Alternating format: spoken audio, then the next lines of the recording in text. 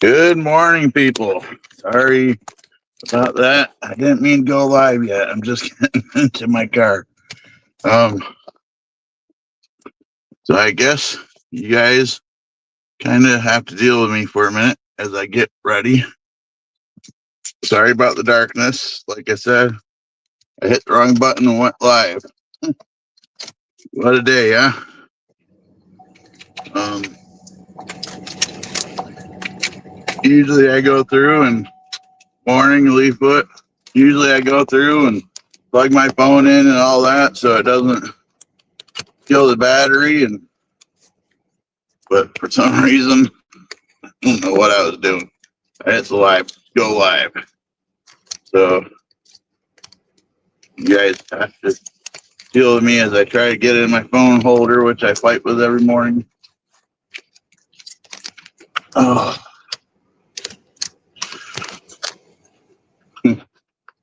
Sorry about that. Good morning, cuz.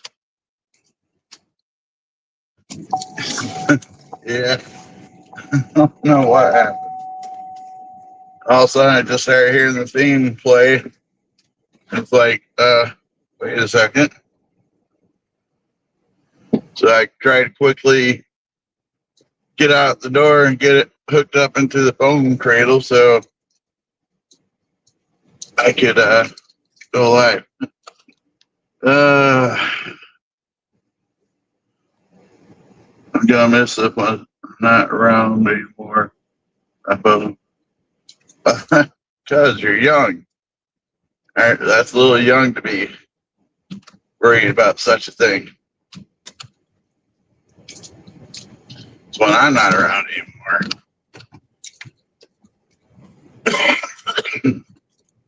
So I'm trying to catch my bearings because usually I have a minute to kind of get going and kind of before I hit play, look at the camera and make sure everything's right. Good. Glad to hear, cuz. Um, but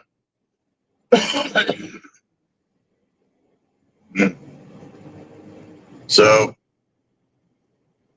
I do need a producer and a tech guy.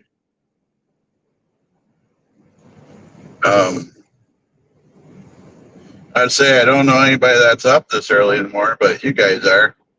Since I do this every video, it's a little chilly out this morning at 28 degrees, my car says. But like I said, not too many more days of this. But still kind of waking up, but we'll jump right into the title. I'm sure as I wake up a little more, it'll come more to a coherent conversation. It was too windy and cold here to set up my fire pit yesterday. Yeah, pretty much same here. I mean, it has been horribly cold, but it's still chilly. And the winds finally died down. We had a couple days of pretty bad winds. I don't think it's so windy anymore. But yeah, I see you guys are crooked. Need a tech guy to come and straighten my stuff out. But yeah, what was I on my? So yeah, as Teddy says, yesterday we did talk about what we would do to investigate Freddy Krueger, which is undertaking in itself. I'll be honest with you. The only reason why I want to chase him down is because I want his fedora. You know, the funny thing is you guys can't see it because it's dark, but every morning I'm driving with Freddy's glove on my dashboard, full metal glove, not sharp, but yeah, you can kind of see that shadow is his glove. He's in my dashboard every morning, everywhere I go. It's Freddy Krueger's glove. So, anyways, I want his fedora. But so imagine you're a ghost hunting team, or you've been in the paranormal and you investigated the past, like my cousin Ronan, and so you get a call that there's a strange thing going on in a camp in northeastern, or I'm not quite sure if it's north, the eastern part of New York, anyways, where some strange activity going on. People seeing things out of the corner of their eyes, and noises and things like that in the woods. And so, and here comes some snow. So you decide, well, they offer you a cabin for the night, maybe a couple nights if you're a good negotiator, to go and check it out before the season starts and see what you can come up with and take care of it. So you travel however far you need to travel, and you get there, and all you had was an address, but when you pull up, you see a sign, Camp Crystal Lake. Now, some of you guys who aren't too familiar with that would be like, well, okay. Other people like me and those that watch horror movies would be like, oh, hell no. I'm not bothering with that. But for the sake of not knowing, we decided to go ahead and go in and start setting up camp. And so, unfortunately for you, the activity is from Jason Vorhees from Friday the 13th. And when the weather gets like this, I get a little cautious in these curves, because this is where I flipped my car a few years back. And this past couple months ago, my girlfriend's son wrecked his car in these curves. But not today, saying. Yeah, no doubt. If you knew, you wouldn't be doing it. But so you start setting up. I'll be honest with you. If you're aware of who he is and such, you're not going to try and set up. You're going to tell whoever. Tough luck. But we're not talking about, there's several different situations throughout the years with movies, but we'll basically, we'll stay with Jason and not his mother. Because that is a whole new ball of wax.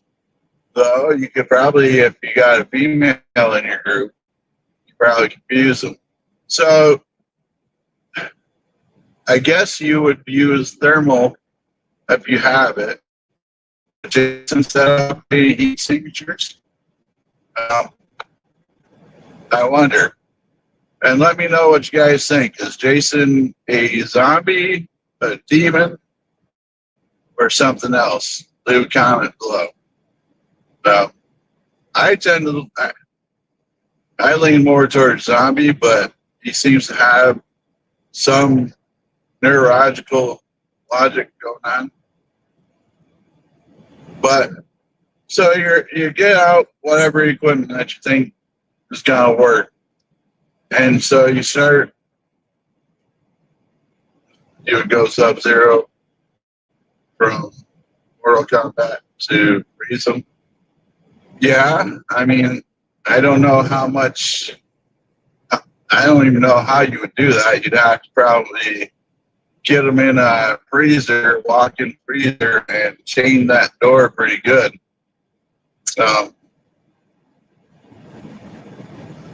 That's the only way. And hopefully, power doesn't go out or something.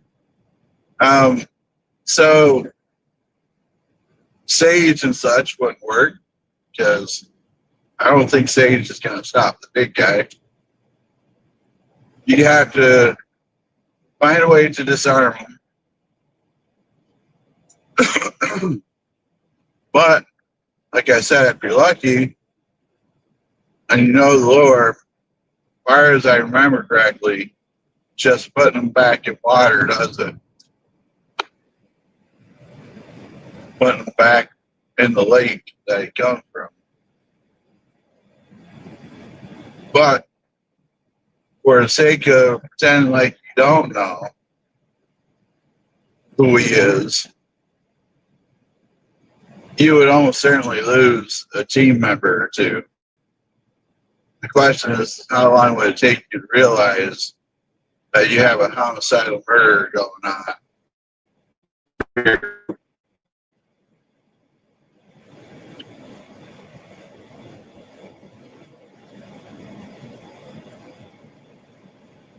Well, yeah, that's why I said you would have to put them back. If I remember correctly, the only way that anybody stopped Jason was by getting him in chains and sinking him back to the bottom of the lake because he's terrified of water, of deep water, anyways.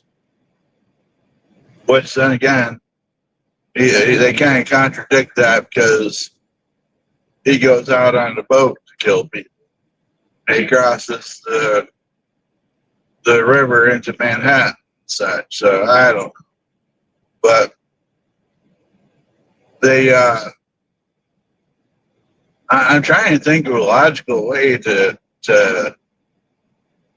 like I said, you would lose a couple of members before. Hopefully you got several members of your team there because you're going to lose a couple before you realize, oh my God, this is not your typical bump in the night kind of apparition. This guy is a homicidal murderer. And then, you're going to probably think that person is real, so you're going to try to call the police. The police ain't going to believe you.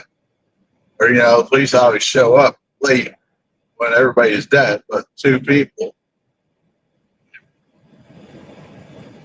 So you'd have to, and I'm trying to rack my mind of all the ghost hunting stuff that I've learned through the years, things like that, where it could help. And I mean, there's really nothing that's coming to mind that would, drawing a pentagram doesn't work. What salt I don't think works. Throwing a circle of salt around it, you might stop to make them stop long enough to kind of look at you like you're trying to season yourself so I can cook you or something. But I suppose that'd be a Freddy move, right?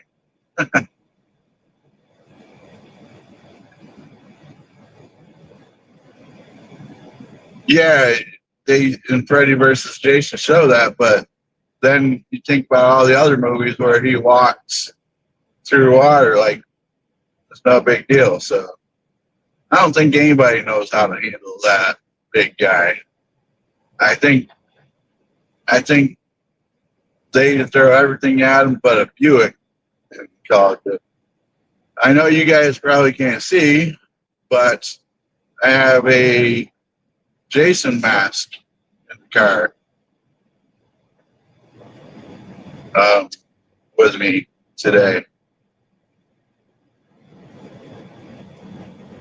I gotta just start decorating my car and all kinds of horror thing characters. But so yeah, all your typical ghost hunt stuff I cannot imagine working for this scenario. I don't, I like to believe And I don't mean to bring religion in this because, not everybody believes, but whatever your higher power is, I like to believe in prayer and calling upon the forces of God and such. But unless the Archangel Michael comes down himself, I don't know if prayer would save you in this situation. Get Goku to do a spirit box, do a spirit bomb. I don't know if prayer would stop them either. I think in one of the movies, somebody did try to pray, and he pulled a slick one on her. She prayed, and she opened up her eyes, and he's gone. And she gets all happy and turns around, and he's right there, just kind of standing above her, if I remember correctly. So you're not going to bring religion into this. So if you're lucky and you believe in it, you have, I suppose you could use Wiccan or witchcraft, because Jason is susceptible to mind control, per se. Thanks a lot to Freddy.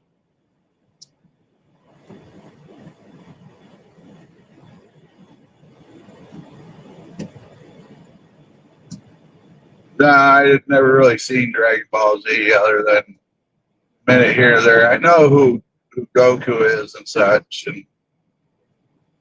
and I'm aware of the anime, but I never watched it. Dragon Ball Z. So if you can find a way to do mind control, it's about the only way you can do it. Now, if you're lucky enough,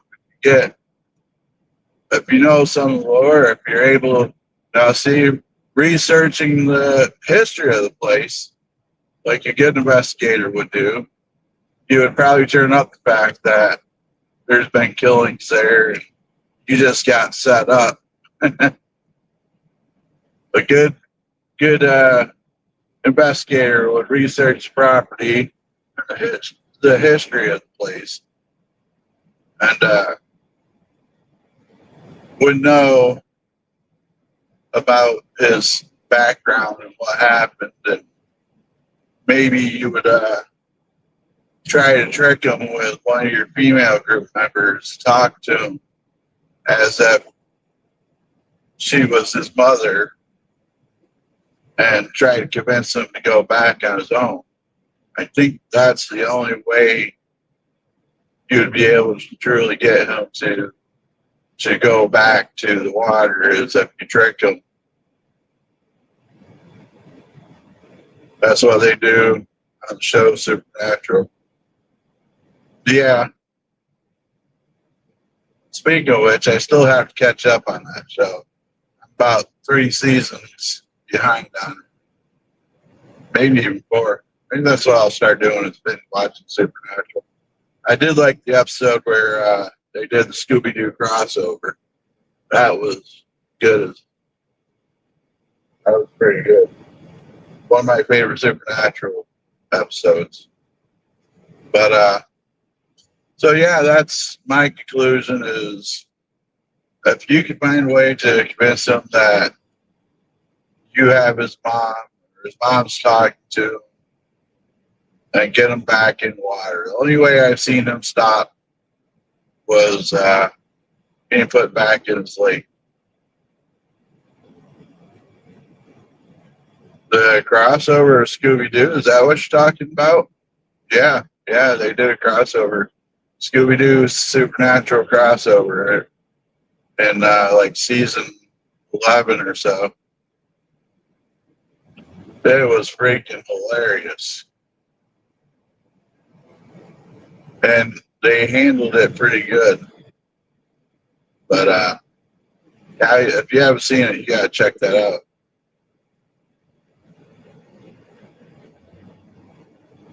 But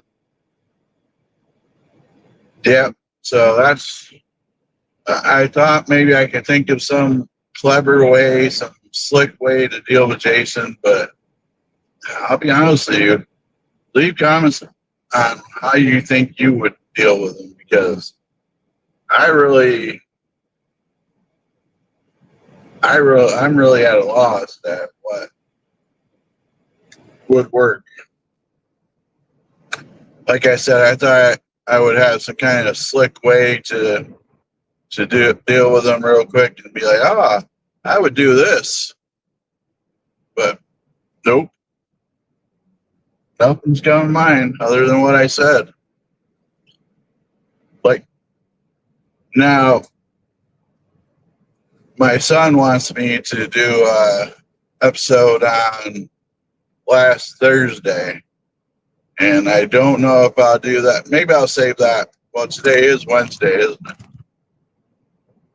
I won't be doing a show Friday, episode like this Friday, because I have off of work. So I might do the Thursday, talk about last Thursday tomorrow. If I don't, then it'll be about Chucky.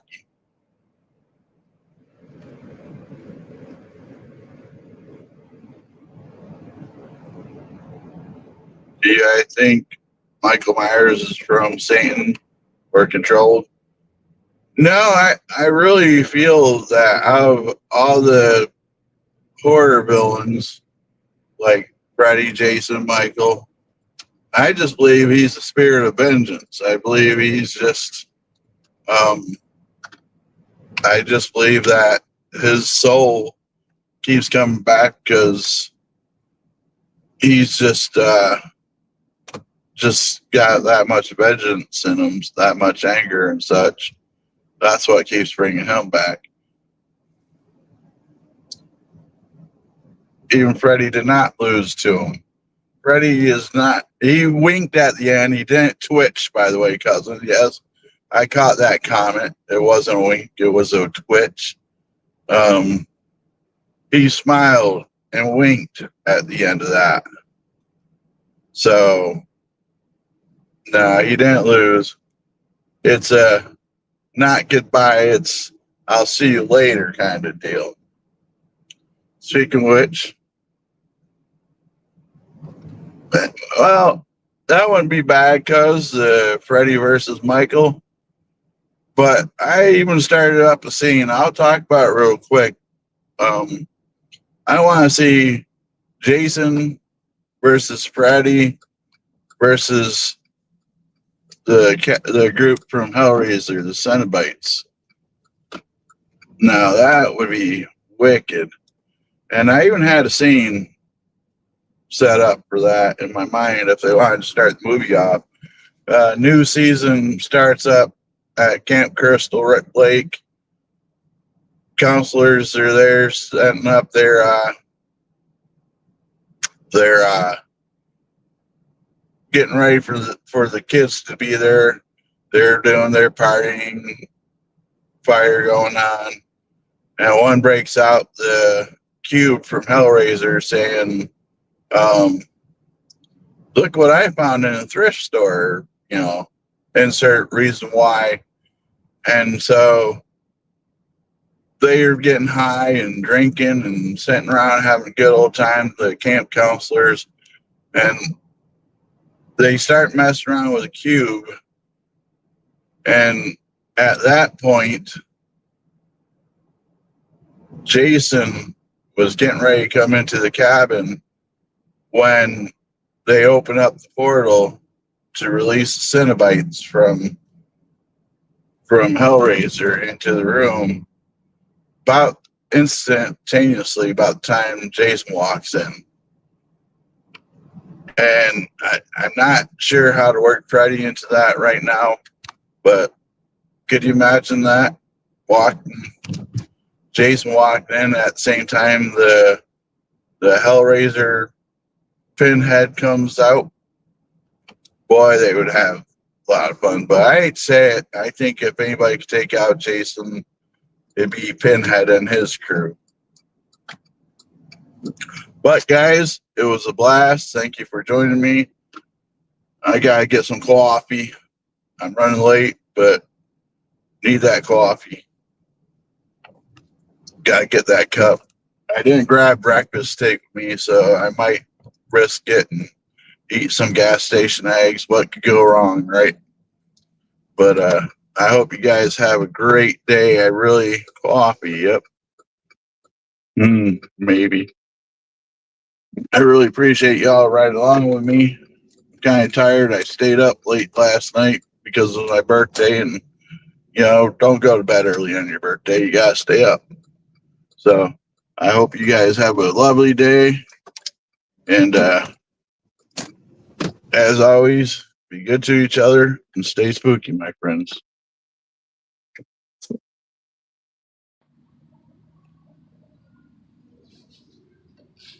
Well, hey everybody, thanks for stopping down and appreciate the visit. Now get the hell off of my porch. We'll see you the next time. Come on back.